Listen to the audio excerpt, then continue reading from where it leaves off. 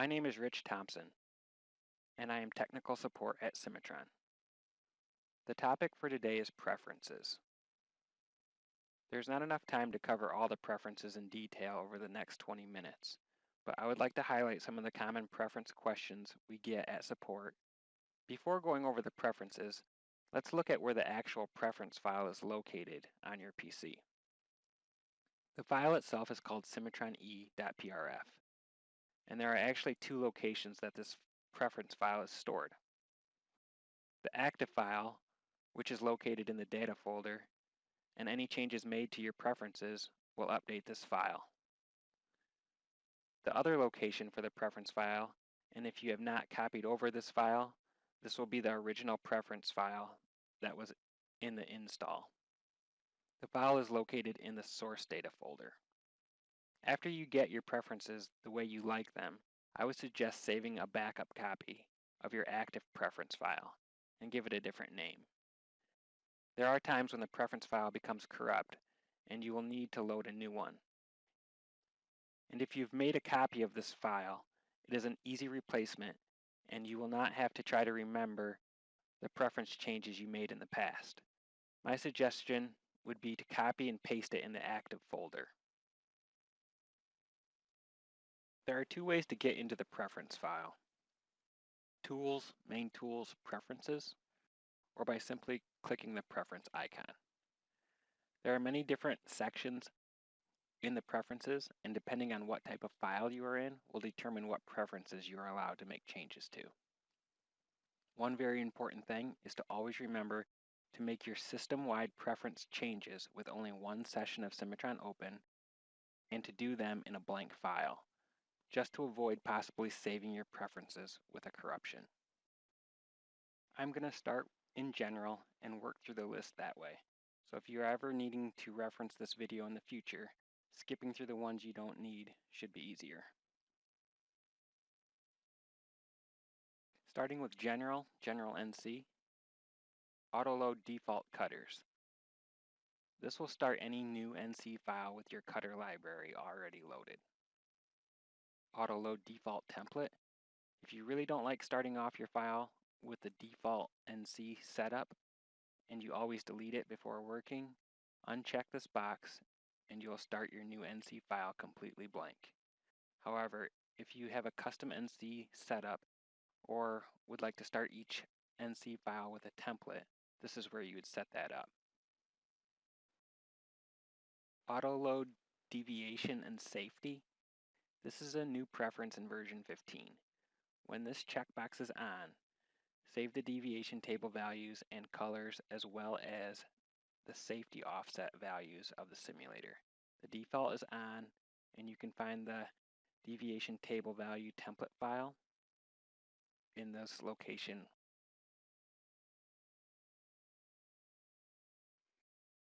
Now on to the posting preferences. The GPP1 is for older post and generally is not used anymore, and the GPP2 is the newer post format. These boxes are blank by default, which means it's looking at the default post location. If you'd like to change where your post location is set up, like say on a server, so everyone is looking at the same post, you can just browse to that location here through the folder. If you're getting an error when posting, one of the first things I'll turn on is the Run GPP2 in Debug Mode preference. When you post your file, it'll take you to a new screen and just go ahead and run it, and it will show you the error message in a little more detail. And then you can just go back to your Cimatron program and fix whatever it's telling you is wrong and why it's not posting. Jumping down to measuring precision, this is just the amount of places you see in the measuring tool.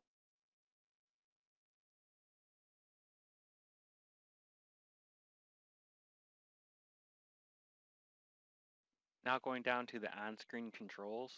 In here you have control over your interactive UCS and your direction arrow and a few other things. You can control the size of the UCS in the lower corner as well as move it from either left or right bottom corner.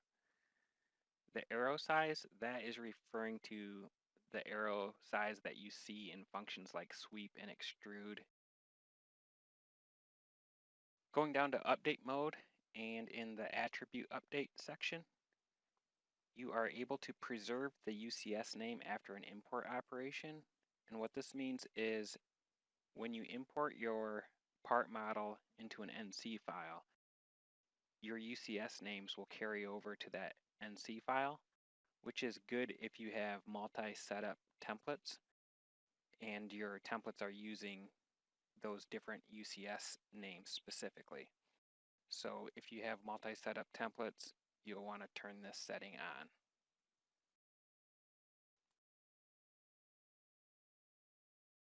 Data interface and the convert engine. There are two options here, standard and optional. Standard is the default and should be used 99% of the time. If you ever run into a file that just will not import on standard settings, then switch over to optional and give that a try. The optional translator is our older translator. So a file that was converted using an older software might only be able to be converted with the optional translator. If a PC has never had Cimatron on it before installing version 15, your optional translators will be grayed out. If you do need them, please contact us at support and we can hook you up with those.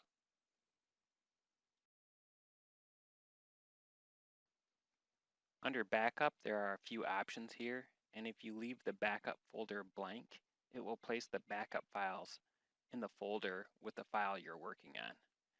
It's always best to have at least one or two backup files being saved in case you need a restore point.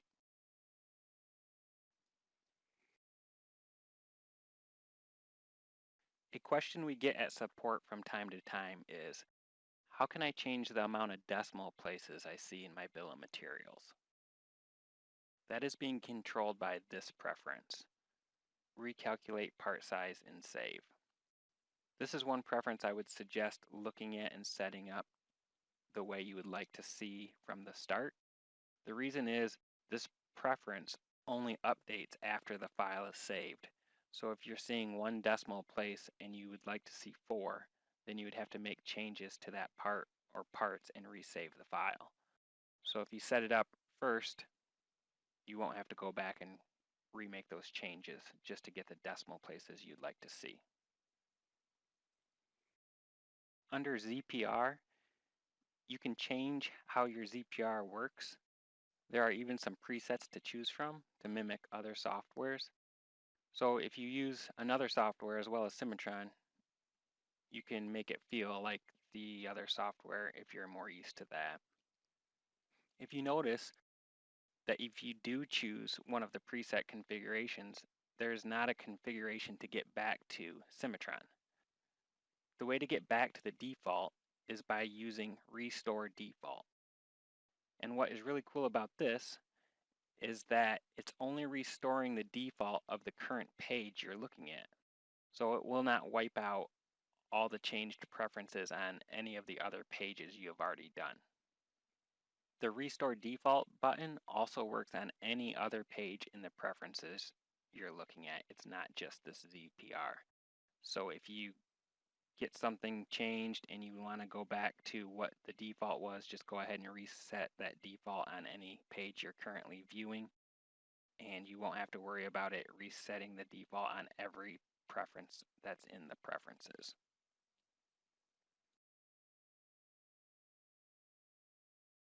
Now under colors and styles, and most specifically the highlight face, this controls when you're hovering your mouse over the face, it controls the brightness and how much you see. I personally like it at 0, but again, this is your preferences. And this is what it looks like at the different levels.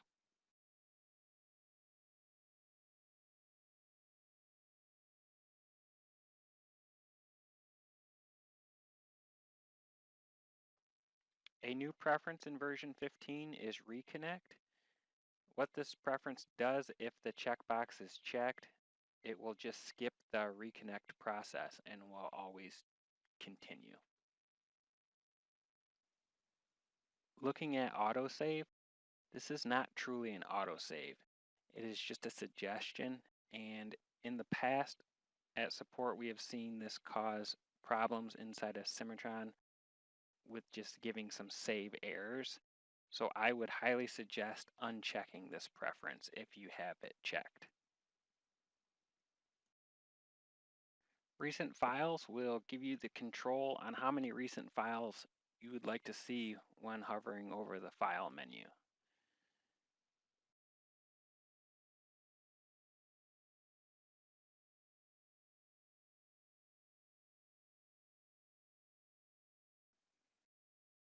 The last preference to cover under General is Drawing Default Save Mode. There are self-contained and linked model drawings, and they're very different. In a normal drawing, which is self-contained, the model resides inside the drawing. This is what the drawing updates are, syncing the real model with the model inside the drawing. It also means that drafting files can be really big, especially if you have a large electrode file, the drawings can be really huge. Under linked mode, the file is not kept inside the drawing. It's more like a camera pointed at the real model. They never need updating. The downside would be opening up the file. This can be slower. This is when the HDI engine redoes the views on changed models. Also, if the link to the model gets lost, the view cannot survive. But rather than just deleting it, it does a really cool thing, and it turns it into a frozen JPEG of the view, so you'll still see something. We're now going to switch over to NC and look at some NC preferences before going into electrode and drafting. As you can see, I do not have any NC preferences available to me right now. That's because I'm in a part file. So again, when making any system-wide changes to your preferences, just have one blank file open. A couple things to talk about inside the Environment tab. One, activate created UCS. There's a couple options here. You can either say yes, activate it when I create a new one, no, don't, or yes and hide all the others.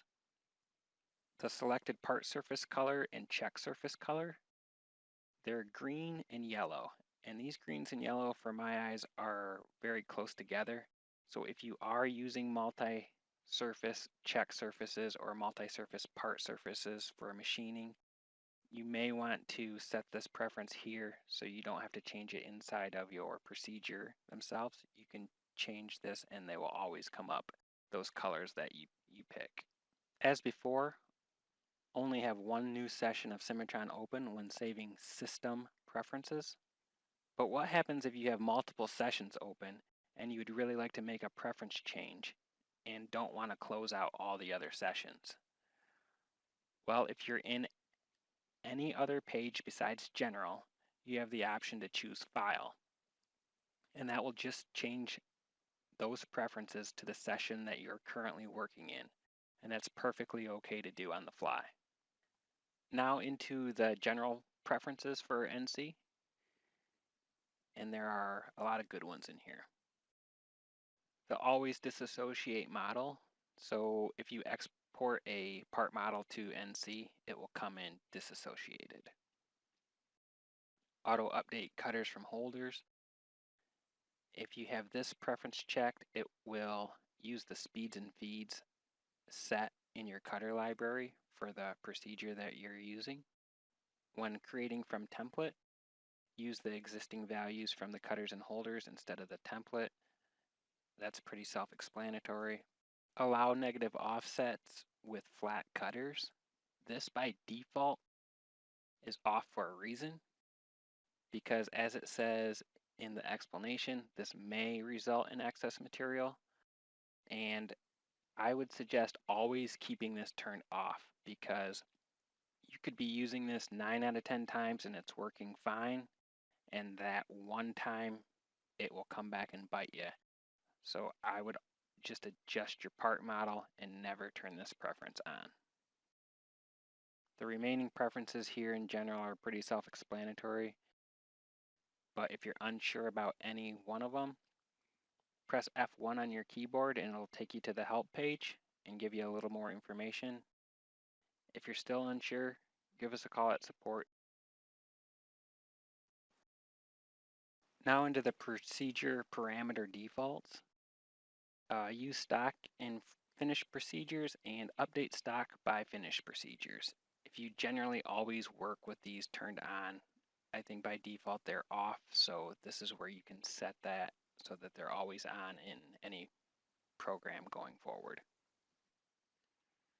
Now on to NC Create type, and the big one here is the template UCS active versus original. This again is set more to users that are templating, and if you are using a template that has multiple setups, you probably want to have this set to original. And what that does is when you're applying your template procedures will come in on the original programmed UCS and not the active UCS that's currently active in your NC file. The rest of the preferences here on this page are all pretty much self-explanatory. The last NC preference I wanted to share is in Drill under Display. By default, the drilled holes light bulb is turned off. Sometimes we get a few calls here at support with users not being able to see some of their holes from the backside. That is because they were already drilled from the front. You are able to turn the light bulb on inside of an auto drill function, but there is also this preference here to have them displayed all the time. There are a couple of electrode preferences I would like to share. And one cool thing about electrode is you do not have to be inside of an electrode file to change the preferences. But still, with one session open, if you go into the electrode wizard and then down into preferences, it will open up your preferences for an electrode. If you change something here, it's going to be in all of your new electrode files going forward. So we're going to start with the drafting electrode general settings. This section in the preferences is where you set up your electrode drawing template location. So if you are using 1 or 2 sheet templates, you would set them accordingly. If you have ever gotten the error message about the electrode drawing template could not be executed, the template file does not exist. That is because the location that these files are set to is not correct. So the file is either gone out of the folder or it is just pointed at a folder that those files are no longer in. The last preference I want to cover inside of electrode is colors. And this is pretty self-explanatory, but if you are using templates in NC, setting these colors could help you with picking by criteria. So it might be beneficial to set these up here in the preferences. And now into drafting. There are 2 preferences I would like to show. One is the units. If you're ever wanting to get your units in minutes, this is where you would set that up. One last thing I wanted to show is a very good one. If you're ever in drafting and you go to put a dimension on a radius and you get the overall length, it's because of this setting. In your preferences, general dimensions, this spline approximation tolerance for radial dimensions, it's out of tolerance. So I'm going to just tighten that up. And now, when dimensioning that, you get the radius. So if you ever run into that issue, that's the cause of that. I would like to thank you again for watching today's webinar. If you have any questions about any of the preferences, or if you have any questions about any Cimatron functions at all, get a hold of us by email or by phone. Thank you.